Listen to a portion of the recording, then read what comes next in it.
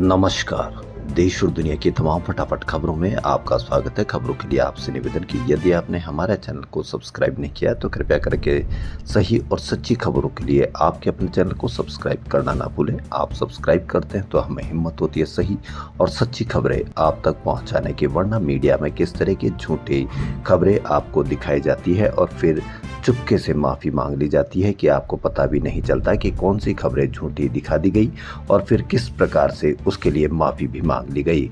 इसलिए आपके मन में एक तरह से मानसिकता को वो बदल कर माफ़ी बिल्कुल धीरे से चुपके से मांग ली जाती है और आपको झूठी खबरें पेश करती जाती है। इससे आपको न तो ये पता चल पाता है कि खबर की असलियत क्या है और न ही ये पता चल पाता है कि खबर आपके लिए ज़रूरी है या नहीं है।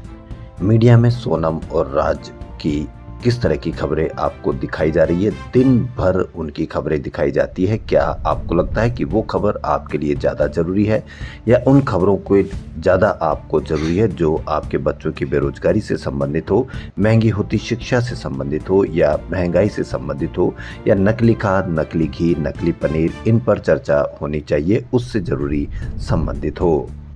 तो क्या है आज की बड़ी खबरें? जी हाँ, राहुल गांधी का आज जन्मदिन है। राहुल गांधी का जन्मदिन कहीं पर भी मीडिया पर कहीं पर भी आप इसकी कोई चर्चा नहीं देखेंगे कि राहुल गांधी किस तरह से अपना जीवन यापन करते हैं। राहुल गांधी ने किस तरह से अपने 150 दिन की भारत जोड़ो यात्रा की कितनी तकलीफ पाई, या राहुल गांधी ने अपने जीवन में क्या क्या उपलब्धि हासिल की, या राहुल गांधी ने किस तरह से संघर्ष किया पिछले 11 साल में। राहुल गांधी जो एक समय पार्टी के अध्यक्ष बनने थे और उस समय पार्टी के अध्यक्ष पद उन्होंने इसलिए छोड़ दिया क्योंकि वह जीत नहीं दिला पाए, और आज वही राहुल गांधी अपनी कांग्रेस की सीटों को डबल करने में आज मजबूत हुए हैं और पूरे देश में आज राहुल गांधी को सुना जा रहा है। राहुल गांधी को सुनने के लिए आज लोग तत्पर हैं, जोश में हैं। राहुल गांधी को पसंद किया जा रहा है। यहाँ तक कि यूपी में नरेंद्र मोदी से भी आगे राहुल गांधी युवाओं की पहली पसंद बने हैं। जी हाँ, 47% राहुल गांधी को तो 39% नरेंद्र मोदी प्रधानमंत्री को पसंद किया गया युवाओं में। इसलिए राहुल गांधी ने पिछले 11 सालों में न केवल इनसे मुकाबला किया, अपने छवि को जो बिगाड़ने की कोशिश की गई उनकी छवि को उनसे मुकाबला किया, बल्कि अपनी छवि को सुधारते हुए आज पूरे देश में राहुल गांधी ने अपने आप को युवाओं में अपनी छाप छोड़ी है और हर जगह युवाओं में राहुल गांधी अपने आप को स्थिर या उनकी बुद्धि में इस तरह से अपने आप को स्थापित किया है कि उनको लगता है कि राहुल गांधी भी अपने आप में एक बड़े नेता के रूप में उभरे हैं। तो राहुल गांधी को हमारे चैनल की ओर से भी बहुत बहुत जन्मदिन की बधाई। तो क्या है आज की और दूसरी खबरें? अमेरिका युद्ध में कूदा तो भीषण तबाही होगी, यह कहना है ईरान का। जी हां, ईरान इजराइल युद्ध और भड़कने के संकेत है। दरअसल अमेरिकी राष्ट्रपति डोनाल्ड ट्रंप की बिना शर्त सरेंडर की धमकी पर ईरान के सुप्रीम लीडर अयातुल्लाह खोमेनी ने तीखा पलटवार किया। खोमेनी ने बुधवार को कहा कि जो ईरान, उसके लोगों और उसका इतिहास जानते हैं वो कभी धमकी की भाषा में बात नहीं करते। ईरानी वो लोग नहीं जो सरेंडर कर दे। ट्रंप को उन लोगों को धमकी देनी चाहिए जो इस तरह की धमकियों से डरते हैं। वहीं पहली बार ईरान ने बुधवार को इजराइल पर इस जंग का सबसे बड़ा हमला किया। तेल अवीव को निशाना बनाकर किए गए इस हमले में ईरान ने फतेह हाइपरसोनिक मिसाइल दागी। आवाज की गति से भी 5 गुना तेज इस हाइपरसोनिक मिसाइल से तेल अवीव की कई बिल्डिंगों को नुकसान पहुंचने की आशंका जताई जा रही है। हालांकि इजराइल से किसी भी प्रकार का कोई फोटोशूट या कोई मीडिया पर इस तरह की खबरें आने पर थोड़ा कंट्रोल किया जा रहा है, इसलिए कोई खबर बाहर नहीं आ पा रही है। इसलिए किसको कितना नुकसान हुआ यह तो आने वाले समय में ही पता चल पाएगा। निजी वाहनों के लिए फास्टैग आधारित पास जारी होगा। सालाना 3,000 रुपये फीस वाले पास की शुरुआत 15 अगस्त से होगी। 3,000 रुपये में 1 साल के लिए फास्टैग पास। निजी गाड़ियां देश भर में 200 बार टोल क्रॉस कर सकेगी। इजराइल ईरान में युद्ध के चलते अंतर्राष्ट्रीय बाजार में कीमत में उछाल से बुधवार को चांदी एक दिन में 2900 रुपये महंगी होकर अपने नए रिकॉर्ड स्तर 1,12,500 रुपये प्रति किलोग्राम पर पहुंच गई है। एयर इंडिया अंतर्राष्ट्रीय वाइड बॉडी विमानों की उड़ान 15% कम करेगा। व्यवस्था 20 जून से लागू होगी और जुलाई मध्य तक जारी रहेगी। यह निर्णय AI-171 विमान हादसे के 6 दिन बाद लिया गया है।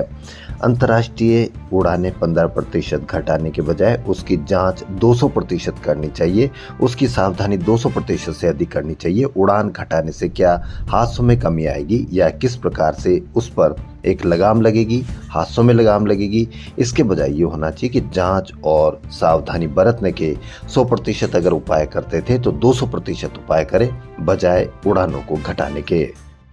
ट्रेनों में वेटिंग टिकट खत्म करने के लिए रेलवे चालू वित्त वर्ष में रोज करीब 1.5 लाख अतिरिक्त सीट बर्थ मुहैया करवाने पर काम कर रहा है। अब देखना यह है कि काम कर रहा है, कब तक आपको ये 1.5 लाख नई सीटें जुड़ेगी और कब तक आपको कंफर्म टिकट मिल पाएगा। पिछले कई सालों से यानी पिछले 50 सालों से कंफर्म टिकट की चर्चाएं चलती थी टीवी पर, मीडिया चैनलों पर, लेकिन अब कहीं पर भी मीडिया चैनलों पर रेलवे कंफर्म टिकट की आपको कहीं कोई चर्चा आप देखने को नहीं मिलती है, क्योंकि ये आपसे जुड़ी हुई खबर है। यानी आपसे जुड़ी हुई किसी भी प्रकार की खबर अब आपको मीडिया चैनल्स पर नहीं दिखेगी। गुजरात की 2 विधानसभा और केरल, पंजाब और पश्चिम बंगाल की एक विधानसभा सीटों पर आज उपचुनाव होंगे।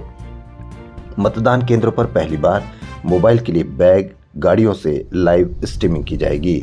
अब देखना यह है कि जो आम लोगों में विश्वास होता है कि वो किस तरह से कायम होता है कि चुनाव बिल्कुल फेयर होंगे। कोरोना से बीते 24 घंटे में 4 लोगों की मौत हुई है। महाराष्ट्र में 2, दिल्ली समेत केरल में एक मरीज ने अपनी जान गंवाई है। कोरोना से 24 घंटे में 4 लोगों की मौत, अब तक 113 जाने गई। 6,483 केस एक्टिव हुए हैं। पहलगाम में मात्र 28-30 या इससे अधिक जान गई थी। पूरे देश में हल्ला मच गया था। कोरोना में अब तक 113 लोगों की जान गई है। क्या 113 लोग अधिक नहीं होते, लेकिन उसकी कहीं कोई चर्चा नहीं। लगता है कि जैसे मरना उनके भाग्य में लिखा हुआ था। कहीं कोई ऐसी चर्चा नहीं कि ऑक्सीजन की कमी की वजह से मरे, कहीं कोई ऐसी चर्चा नहीं कि वह दवाई की कमी की वजह से मरे, कहीं कोई ऐसी चर्चा नहीं कि किस कारण से उन लोगों की मौत हो गई।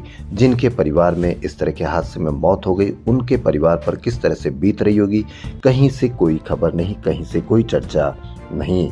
ऐसे ही केदारनाथ के लिए हेली सर्विस दे रही 9 कंपनियों ने 22 जून के बाद की बुकिंग बंद कर दी है। केदारनाथ के लिए हेली सर्विस बुकिंग बंद कर दी है। अमूमन मानसून के दौरान कम से कम 2 कंपनियां केदारनाथ यात्रा के लिए बुकिंग लेती रहती है, लेकिन पहली बार इस सीजन में सर्विस बंद रहेगी, क्योंकि हेलीकॉप्टर हादसों के बाद उत्तराखंड सरकार बारिश के दौरान कोई रिस्क नहीं लेना चाहती है। होना ये चाहिए कि उसकी जांच हो, किस तरह की कमी हो, किस तरह की कमी की वजह से किसी के परिवार उजड़े, इसके बजाय बंद कर दी गई सर्विस। ऐसे तो कैसे काम चलेगा कि सर्विस बंद करना या 15% कटौती करना, इसके बजाय ये होना चाहिए कि उसकी कोशिश की जानी चाहिए कि बारिश हो, सर्दी हो, गर्मी हो, किसी भी मौसम में ये उड़ाने हो और हादसे कम से कम हो या नहीं हो। महाराष्ट्र में भाषा पर विवाद के बीच राज्य की देवेंद्र फडणवीस सरकार ने बड़ा फैसला लिया। इस फैसले के अनुसार राज्य में कक्षा 1 से 5वीं तक मराठी और अंग्रेजी माध्यम के स्कूलों में तीसरी भाषा के रूप में हिंदी अनिवार्य नहीं होगी। अब देखना यह है कि किस तरह से हम भाषाओं पर लड़ेंगे, किस तरह से हम धर्म पर लड़ेंगे, किस तरह से हम और कामों पे लड़ेंगे, बजाय इसके कि हम बेरोजगारी से लड़ें, इसके बजाय हम अस्पतालों में अव्यवस्थाओं से लड़ें, इसके बजाय हम नकली चीज़ें जो बनाकर हमारे बाजार में आ रही है उसके लिए लड़ें, बजाय मीडिया पर किस तरह की खबरें आपको दिखा करके दूसरी खबरों पर आपको मिसगाइड करते हैं या झूठी खबरें पेश करते हैं। खैर, देश और दुनिया की तमाम फटाफट खबरों में फिलहाल इतना ही। यदि आपको हमारा चैनल पसंद आ रहा हो तो आपके अपने चैनल को सब्सक्राइब करना ना भूलें। धन्यवाद।